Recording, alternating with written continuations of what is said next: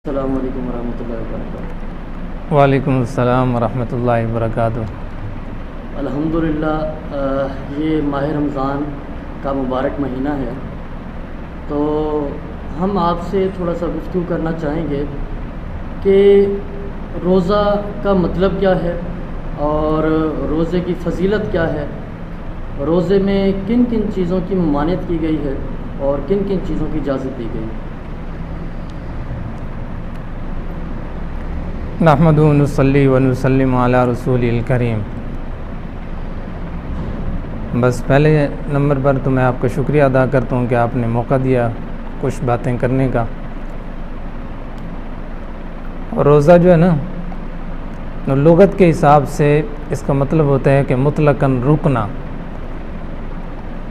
और शरीयत के हिसाब से रोज़े का मतलब ये होता है कि आप दिन भर खाने से, पीने से और अपनी बीवी के करीब जाने से रुक जाएं, इसको रोज़ा कहते हैं।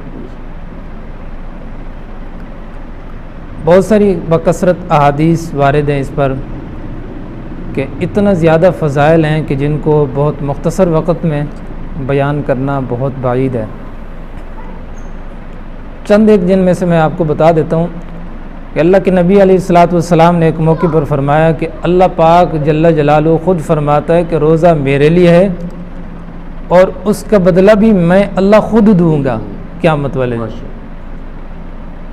और आप अंदाज़ा लगाएं कि जिसको बदला अल्लाह देगा जी, तो वो कितना बड़ा बदला होगा, कितना बड़ा बदला। कितना बड़ा। हत्ता कि बाद मर्रखीन ने, मुफस्सिरीन हज़रात ने लिखे कि क़यामत का दिन जब होगा ना, तो अल्लाह पाक सारे मोमिन और मोमिनात जो भी जन्नत में जाने वाले होंगे जन्नत में चले जाएंगे, और फिर उसके बाद अल्लाह पाक जो है ना तकसीम कर देगा, फरिश्तों फ़लाँ ने नमाज़ें पढ़ी हैं, आप उसको उसका बदला दे दो, फ़लाँ ने ज़कात दी है, आप उसको फ़लाँ फ़लाँ महल्लात, नेमतें, ये सारी चीज़ें दिखा दूँ, मैंने उसके लिए तैयार कर रखी हैं। और जब बारी आएगी रोज़ेदार की, तो अल्लाह पाक फरमाएंगे कि फरिश्तों अब दरमियान के फासलों को ख़त्म कर दो और रास्ते से तुम भी हट जाओ, अब मैं जानूं और मेरा बंदा जाने, मैं अल्लाह अपने बंदे को अपनी शान के मुताबिक बदला देना चाहता हूँ। तो क्या उस वक़्त नज़ारा होगा, मंज़र होगा जो यूं बयान नहीं किया जा सकता, वहीं पर चल के पता चलेगा कि कितना खूबसूरत मंज़र होगा। और एक रिवायत में तो बड़ा अजीब है, और मैं अल्लाह के नबी अलैहिस्सलातु वस्सलाम ने फरमाया अस्सौमु ली व अना उज्ज़ा बिही, रोज़ा मेरे लिए है और इसका बदला अल्लाह फरमाते हैं मैं खुद अल्लाह हूँ। ये बिल्कुल ऐसे है कि ये इस तरह समझ में आएगा कि एक बादशाह ने ऐलान किया, उसने कहा कि आज के दिन जो आदमी, जो औरत और मर्द जिस चीज़ पर हाथ रखेगा वो उसी का मालिक। और लोगों की दौड़े लग गई, आज तो जो है ना ऐलान आम है, इज़्न आम है। अब किसी ने जो है ना महल्लात पर हाथ रखे जो उनकी चाहत थी, किसी ने गाड़ियों पर, घोड़सवार थे घोड़ों पर, और किसी ने जो है ना सोने और जवाहरात पर हाथ रखे, और किसी ने ज़मीनों पर जाकर हाथ रखे, यहाँ तक कि हर एक जो है ना उनका मालिक बनता गया, चूँकि इतने आम था, ऐलान आम था। बादशाह की एक बांदी थी, वो पंखी से बादशाह के ऊपर हवा दे रही थी, उसने जल्दी से हाथ उठाया और बादशाह के सर पर रख दिया। कहने वालों ने कहा तो पगली है, आज के दिन इतनी आम इजाज़त से तो फ़ायदा नहीं उठाती। लोग जो है ना महल्लात के मालिक बन रहे हैं, लोग जवाहरात और हीरों के मालिक बन रहे हैं, और तू बादशाह के सर पर हाथ रखती है, जबकि वहाँ पर तो फ़कत बाल हैं। वो कहने लगी मैं पगली नहीं हूँ, तुम सारों से ज़्यादा समझदार मैं हूँ। उसकी वजह उसने बताई। उन्होंने कहा देखें बादशाह का ऐलान क्या था, उन्होंने कहा ऐलान तो ये था कि जो जिस चीज़ पर हाथ रखेगा या रखेगी वो उसका मालिक। उन्होंने कहा मुझे बताओ इस सल्तनत का वक्ती और ज़ाहरी तौर पर मालिक कौन है? तो सारों ने बताया बादशाह है। उन्होंने कहा मैंने बादशाह के सर पर हाथ रखा तो गोया बादशाह की मालिक मैं बन गई, और जब बादशाह की मैं मालिक बन गई तो यूँ समझिएगा कि सारी सल्तनत को मैंने एक हाथ के नीचे रख दिया, सारी सल्तनत की मालिक बन गई। तो ज़मीन व आसमान का, और इसी तरह जो है ना हमारे जो है ना कब्र के निज़ाम का, आखिरत के निज़ाम का, ये तमाम चीज़ों का मालिक तने तनहा कुदरत रखने वाला मेरा और आपका रब है। और रोज़े की वजह से जिसको अल्लाह मिल गया, तो मैं अक्सर कहता होता हूँ अब इसको परेशान होने की ज़रूरत नहीं है कि मेरे लिए खबर में परेशानी, कोई परेशानी नहीं। अब इसको परेशान होने की ज़रूरत नहीं है कि पुलसनात का इतना लंबा चौड़ा सफ़र, इसके लिए तो कुछ भी नहीं है, परवाह भी नहीं। अब इसको ये भी परेशानी की ज़रूरत नहीं है कि अल्लाह पाक ने जहन्नम भी बने, परवाह ही नहीं है भाई, अल्लाह तेरा हो गया तो अल्लाह तुझे जहन्नम में ले, उससे और क्या चाहिए। और एक हदीस में तो बड़ा अजीब मजमून मिलता है, पिछले जुम्मे पर भी मैंने साथियों को बताया, मैंने कहा जब रोज़ादार जो है ना रोज़ा रखता है तो यूँ समझिए कि अल्लाह का महबूब बन जाता है। अल्लाह के नबी अलैहिस्सलाम ने एक हदीस में फरमाया, ओतियत उम्मती खम्स खिसालिन लम तुतहुन्न उम्मतुन क़ब्लहुम, मेरी उम्मत को मेरी वजह से 5 तरह की खसलतें ऐसी दी गई हैं जो पहली उम्मतों को भी अल्लाह पाक ने नहीं दी।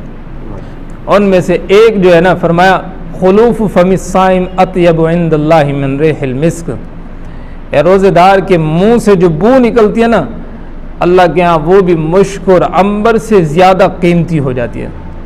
इसकी मुख्तलिफ बहुत सारी वजूहात लिखी हैं कि क्या मतलब है कि रोज़ेदार के मुंह से बदबू का निकलना और फिर वो बहुत ज़्यादा कीमती हो जाना, मुख्तलिफ वजूहात लिखी हैं, लेकिन उनमें से 3 मेन वजह हैं जो मैं आपको बताता हूँ।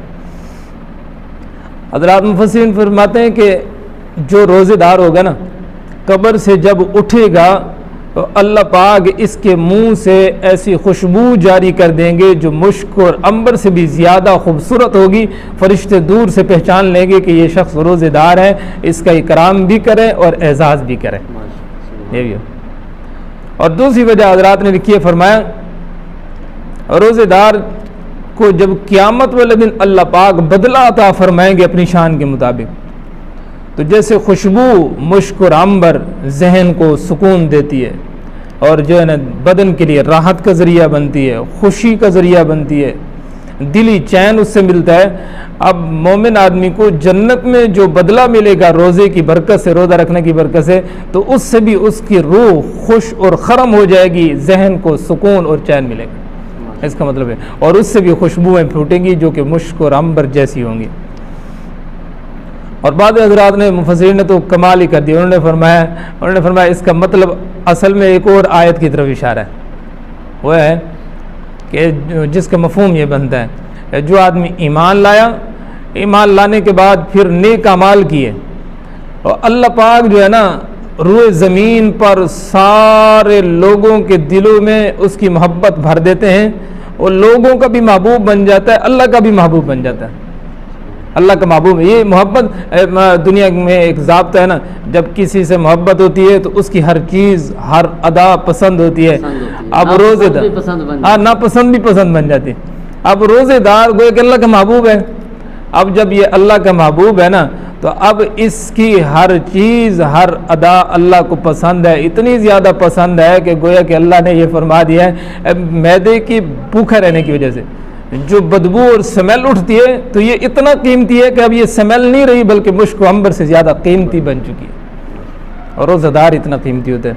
इस वजह से मैं अपने साथियों को ये पैगाम देता हूँ, रोज़ा जो है ना किसी हालत में ना छोड़ें। एक हदीस में आता है कि अल्लाह के नबी सल्लल्लाहु अलैहि वसल्लम ने फरमाया कि अगर लोगों को पता चल जाए ना कि ये रोज़ा क्या चीज़ है, रमज़ान क्या चीज़ है, तो वो सारी ज़िंदगी के लिए अल्लाह के सामने दुआएं करते रहें कि अल्लाह मियाँ सारी ज़िंदगी रमज़ान बना दे और रोज़े ही बना दे। इतनी कीमत है, इतनी कीमती है कि अगर एक आदमी का एक रमज़ान का रोज़ा बेमुज़म्मिल छूट जाए तो वो सारी ज़िंदगी, अल्लाह के नबी का फरमान है कि सारी ज़िंदगी रोज़े रखता रहे, एक रोज़ा भी, एक दिन भी कज़ा ना करे, तो भी इस रमज़ान के एक दिन के रोज़े को भी नहीं पहुँच सकता। इसके अंदर मोमिन का रिज़्क तक बढ़ा दिया जाता है अल्लाह के नबी के फरमान के मुताबिक। और हत्ता कि इसके अंदर जो है ना मोमिन के लिए जो है ना अल्लाह पाक जो रहमतों की बारिश करते हैं बाकी महीनों में नहीं, बहुत ज़्यादा अल्लाह पाक खुशी का